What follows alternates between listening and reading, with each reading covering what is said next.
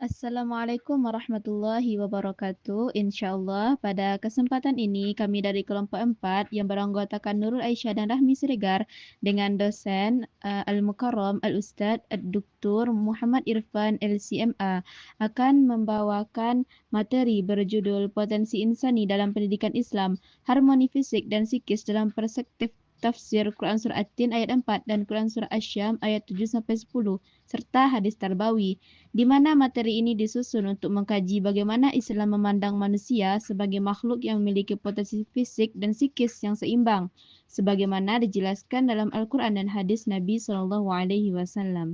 Dalam Islam, manusia diciptakan dengan keistimewaan yang tidak dimiliki makhluk lain. Manusia tidak hanya memiliki tubuh, tetapi juga akal, jiwa, dan hati. Seluruh potensi ini merupakan anugerah dari Allah yang harus diarahkan melalui pendidikan agar manusia mampu menjalani kehidupan sesuai dengan nilai-nilai Islam.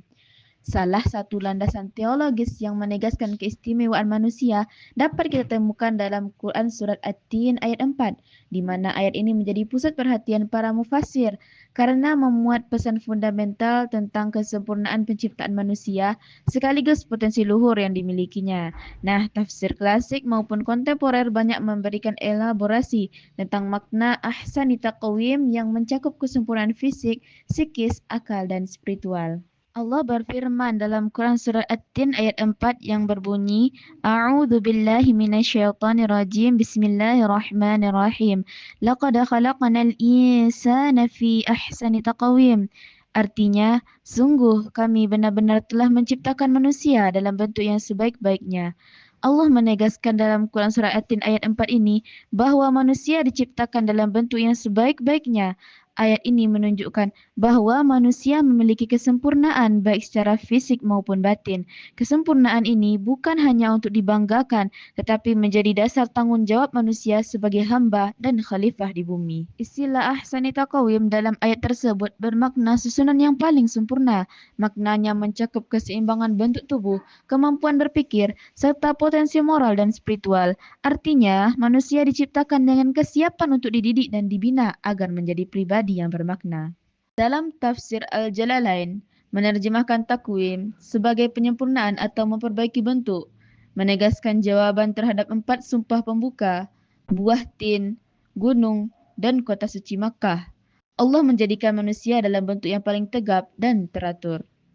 Nah, penafsiran ini menekankan kesempurnaan fisik manusia sebagai bekal untuk menjalankan tugas kehidupan. Namun, kesempurnaan fisik ini tetap membutuhkan bimbingan iman agar tidak disalahgunakan. Dari penjelasan tadi dapat kita simpulkan bahwasannya ulama berbeda pendapat terkait penafsiran ahsani taqwim, di mana sebagian ulama berpendapat ahsani taqwim sebagai penyempurnaan lahiriah atau jisim, sedangkan sebagian ulama berpendapat bahwasannya ahsani taqwim diartikan sebagai penyempurnaan batin atau akal. Walaupun para mufassir memiliki penekanan yang berbeda, mereka sepakat bahwa manusia diciptakan dalam kondisi terbaik. Perbedaan tafsir hanya terletak pada sudut pandang, apakah menekankan fisik, usia puncak, atau potensi batin. Pada akhirnya, kualitas manusia ditentukan oleh iman dan amal perbuatannya.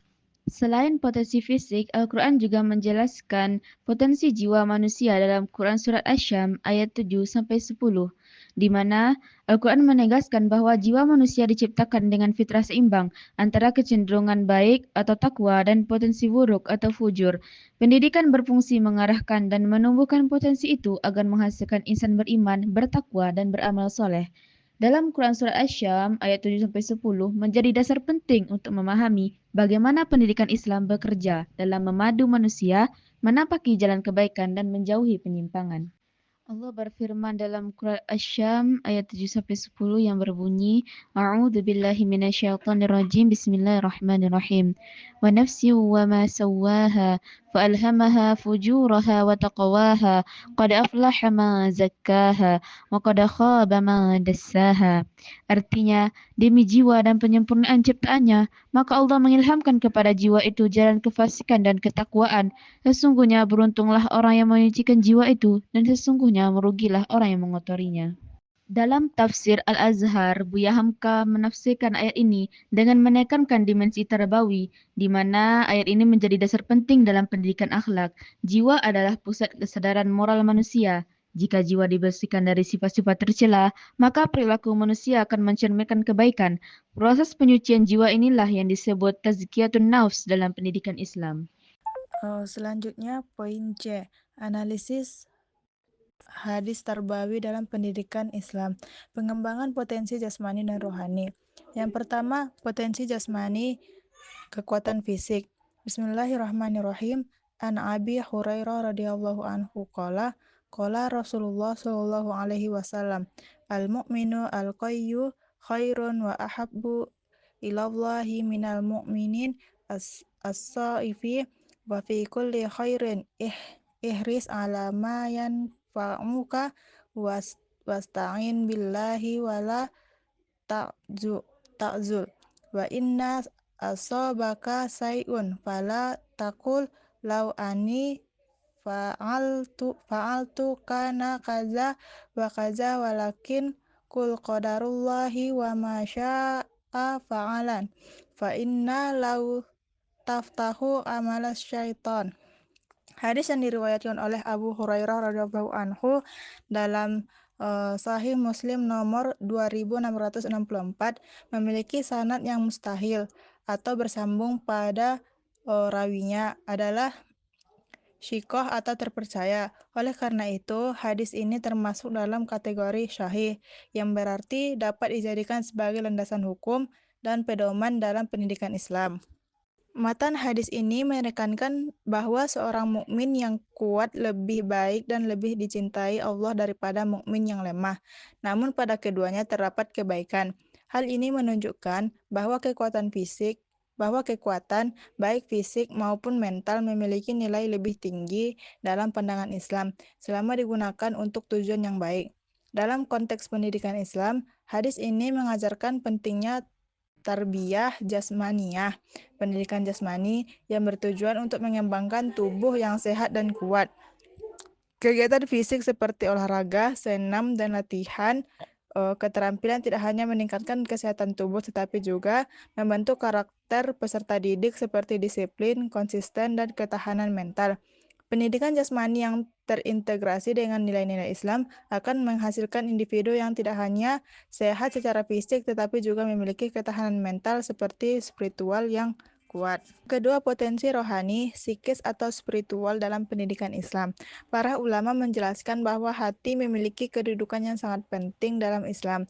Imam Al-Ghazali menyebutkan bahwa hati yang sumber dari segala perbuatan baik atau buruk. Jika hati bersih dari penyakit hati seperti iri, dengki, dan sombong, maka perbuatan seseorang akan mencerminkan kebaikan. Sebaliknya, jika hati dipenuhi dengan penyakit tersebut, maka perbuatan seseorang akan mencerminkan keburukan. Demikian hadis ini mengingatkan kita bahwa untuk mencapai kehidupan yang baik dan bermanfaat, kita harus memperhatikan dan membersihkan hati dari segala penyakit hati serta membina akhlak dan spiritual kita sesuai dengan tuntunan Islam.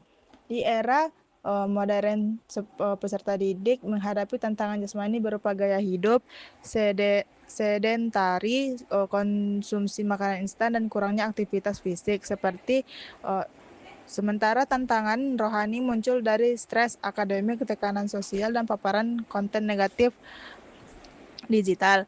Data Riskesdas 2018 mencatat bahwa 21,8% penduduk Indonesia berusia 15 tahun ke atas mengalami kelebihan berat badan, sedangkan UNICEF 2024 melaporkan bahwa 1 dari 3 remaja Indonesia menghadapi masalah kesehatan mental. Kondisi ini menekankan perlunya integrasi pengembangan jasmani dan rohani pendidikan. Korelasi keduanya jelas. Tubuh sehat mendukung praktik ibadah, aktivitas mental, dan kemampuan belajar. Sedangkan hati yang bersih dan disiplin, spiritual mendorong pengendalian diri, pola hidup sehat, dan perilaku etis. Pendidikan modern dapat memanfaatkan kesempatan ini melalui kurikulum holistik yang menggabungkan olahraga, pelatihan jasmani, pendidikan karakter, dan pembinaan rohani. Misalnya program olahraga teratur sekaligus, pengajaran akhlak dan zikir dapat membentuk generasi yang sehat, baik fisik, kuat mental, dan matang secara spiritual, selaras dengan tuntunan Nabi. Mungkin sekian dari kami, semoga bermanfaat. Barakallahu fiikum. Assalamualaikum warahmatullahi wabarakatuh.